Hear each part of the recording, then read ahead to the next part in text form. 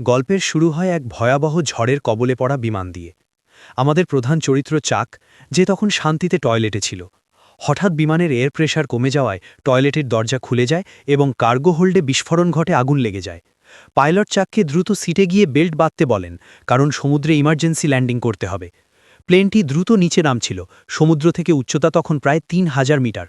ঠিক সেই সময় চাকের মনে পড়ে তার গার্লফ্রেন্ডের দেওয়া পকেট ঘড়িটি নিচে পড়ে গেছে। লাইফ জ্যাকেট পরার বদলে সে সিট বেল্ট খুলে হামাগুড়ি দিয়ে ঘড়িটি তুলতে যায়, কিন্তু প্লেনের ভারসাম্য বিগড়ে যাওয়ায় সে আর সিটে ফিরতে পারে না। পাইলট তাকে বাঁচাতে গিয়ে নিজের সেফটি বেল্ট খুলে ফেলেন এবং প্রচণ্ড ঝাঁকুনিতে গুরুতর আহত হন। প্লেনটি আছড়ে পড়ে সমুদ্রের বুকে। সেফটি বেল্ট না বাঁধার কারণেই চাক বেঁচে যায়, কিন্তু কেবিনে হু হু করে জল ঢুকতে থাকে। ভাগ্যক্রমে চাকের হাতে একটি ইনফ্লেটেবল রাফট বা হাওয়া ভরা নৌকা ছিল।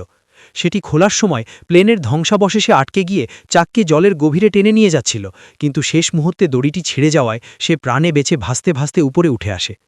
চাক মাঝ সমুদ্রে একটি সচল ইঞ্জিনের সামনে চলে এসেছিল, যা যে কোনো সময় বিস্ফোরিত হতে পারত। হঠাৎ ইঞ্জিনটি ফেটে যায় এবং সেই ধাক্কায় চাক ছিটকে অনেক দূরে পড়ে যায়। গোটা প্লেনটি চোখের সামনে সমুদ্রের অতলে তলিয়ে যায়।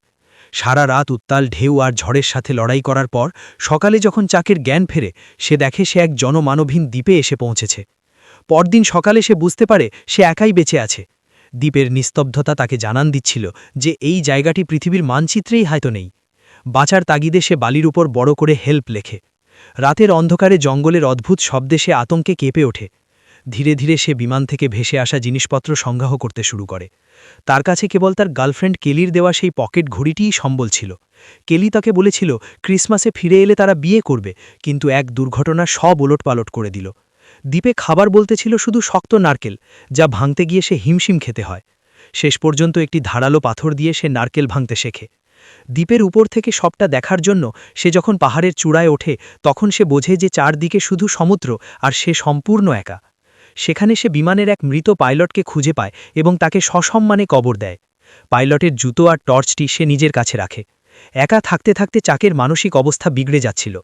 একদিন একটি ভলিবল হাতে পেয়ে সে নিজের রক্ত দিয়ে তাতে একটি মানুষের মুখ আঁকে এবং তার নাম দেয় উইলসন। উইলসনই হয়ে আছে তার একমাত্র বন্ধু, যার সাথে সে কথা বলত। অনেক চেষ্টার পর চাক আগুন জ্বালাতে সক্ষম হয়, যা তার কাছে এক বিশাল জয় ছিল। এভাবে ৪ বছর কেটে যায়। চাক এখন পুরোপুরি একজন বন্য মানুষের মতো দেখতে হয়ে গেছে। সে এখন মাছ ধরায় দক্ষ। একদিন সমুদ্রের পাড়ে সে একটি টিনের বড় টুকরো খুঁজে পায়।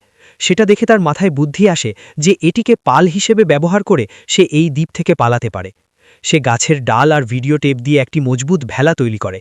যাওয়ার আগে উইলসনের সাথে তার ঝগড়া হয়। সে রাগের মাথায় উইলসনকে লাথি মেরে ফেলে দেয়, কিন্তু পরক্ষণেই অনুশোচনায় তাকে জড়িয়ে ধরে কাঁদে। অবশেষে সঠিক বাতাসের অপেক্ষায় সে সমুদ্র যাত্রা শুরু করে। ৪ বছর পর সে সেই দ্বীপকে বিদায় জানায়, কিন্তু মাঝ সমুদ্রে এক বিশাল ঝড় তার সব শেষ করে দেয়। ঝড়ের ঝাপটায় তার বন্ধু উইলসন ভেলা থেকে আলাদা হয়ে ভেসে যায়। চাক তাকে বাঁচানোর আপ্রাণ চেষ্টা করে, কিন্তু গভীর সমুদ্রের ভয়ে সে পিছিয়ে আসে। নিজের প্রাণের চেয়েও প্রিয় বন্ধুকে চোখের সামনে হারিয়ে চাক কান্নায় ভেঙে পড়ে। সে হাল ছেড়ে দিয়ে মৃত্যুর অপেক্ষা করতে থাকে। ঠিক তখনই একটি জাহাজের সাইরেন শোনা যায়। একটি মালবাহী জাহাজ তাকে উদ্ধার করে। দীর্ঘ লড়াইয়ের পর চাক নিজের শহরে ফেরে, কিন্তু ফিরে এসে সে এক নিষ্ঠুর সত্যের মুখোমুখি হয়। কেলি এখন অন্য একজনের স্ত্রী এবং এক সন্তানের মা। কেলিকে দেখে চাক বুঝতে পারে যে ৪ বছরে অনেক কিছু বদলে গেছে। পরদিন চাক সেই পার্সেলটি পৌঁছে দিতে যায়, যে পার্সেলটি সে দ্বীপে কোনোদিন খোলেনি। সেই পার্সেলটিই ছিল তার বেঁচে থাকার আশা। সে একটি চিঠিতে ধন্যবাদ জানায় যে এই প্যাকেজটিই তাকে ৪ বছর লড়াই করার শক্তি দিয়েছিল। এভাবেই শেষ হয় এক অজেয় মানসিক শক্তির গল্প।